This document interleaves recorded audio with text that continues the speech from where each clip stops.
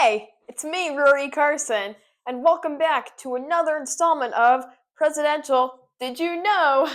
Today's video is very special to me because I recently had the awesome opportunity to speak with renowned presidential historian and Pulitzer-Prize winning historian Jon Meacham. This is my conversation with Jon Meacham, and we discussed presidents past and present and just had a very stimulating conversation. It was awesome, and I am so happy that I get to share this conversation with you all. I'm Rory Carson, and this is my conversation with Jon Meacham. How did you gain interest in presidential history? When I was about 10, Mhm. President Reagan was running Oh. the first time, or the time he won in 1980, and I was just fascinated by him. I thought it was, and I think it was part of the theatricality of the presidency. You know, uh, he was a reassuring figure, and I got interested. I'd always loved to read, and so the Reagan interest led me to reading big books. What does your book writing process look like? So for a big book, I sort of have two categories. I have the bigger ones, and then I've made a couple of arguments. I did a book called Soul of America that I wrote very quickly uh, in 2017. But for instance, for Eisenhower, I will have worked on it for 5 years. Okay. I read for a year to try to figure out, what's been said and what I think might be added to the sum of human knowledge. And then I really start writing early, Okay. even if I have to throw it all out. I kind of don't know what I know and what I don't know until I'm trying to say it. You know what I Right. mean? So I don't spend a lot of time, staring out into space, thinking big thoughts. I start typing.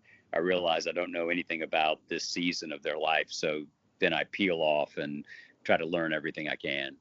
Uh, and then it takes me about a year to close it up Okay. by fact checking, and I'm obsessive about footnotes. Who is your favorite president? Because I knew him and I did come to love him. The first Bush, uh, Oh, okay. kind of model. He was not a great politician, but he was a great Right. statesman. Right. Uh, he was flawed in that he would do almost anything for a vote, Mm. but then the moment he had power, he would do things against his own political interest, and I think that's commendable. Okay. So you Um, say, or sorry, you can no, finish. Okay. go ahead. So you say he did like anything for a vote. So, I mean, coming kind of going off of that, do you think like his presidency was a continuation of Reagan a little bit? Interestingly, it was in policy, but not in style. Mm. Reagan, and it was kind of on purpose in a way. President Bush was intimidated by Reagan, by Oh. his skills, his ability to communicate. And instead of trying to match him, he just almost went too far the other way. Oh, He okay. preferred, for instance, he would much prefer to have a press conference than give a big speech. He liked the give and take, and Reagan was the opposite. Um, Bush would not have been president if he had not been Reagan's vice president. Do you want to hear the full uncut version of my conversation with presidential historian Jon Meacham? Make sure to subscribe, like, comment, and share for more content related to presidential history and for the eventual release of the full version of my conversation with Jon Meacham.